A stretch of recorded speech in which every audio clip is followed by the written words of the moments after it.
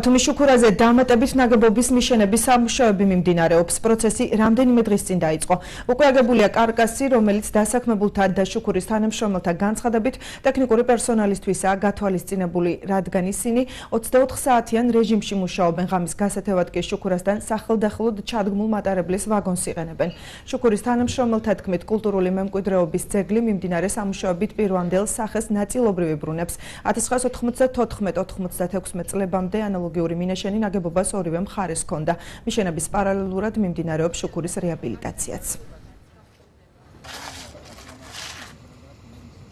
ეს შენობა ბათუმის შუქურას შედგებოდა ორი ფრთისაგან. ეს ფრთები გარკვეული მომენტების შემდეგ 1994-16 წლებში დაინგრა და სამორიგეოც აღარ დარჩა ბათუმის შუქურის თანამშრომლებს. ახლა მიმდინარეობს მისი მშენებლობა და ეს შრომის პირობები გაუმჯობესდება. იმიტომაც რომ მთელი ღამის განმავლობაში 24 საათიანი სამუშაო დღე გვაქვს.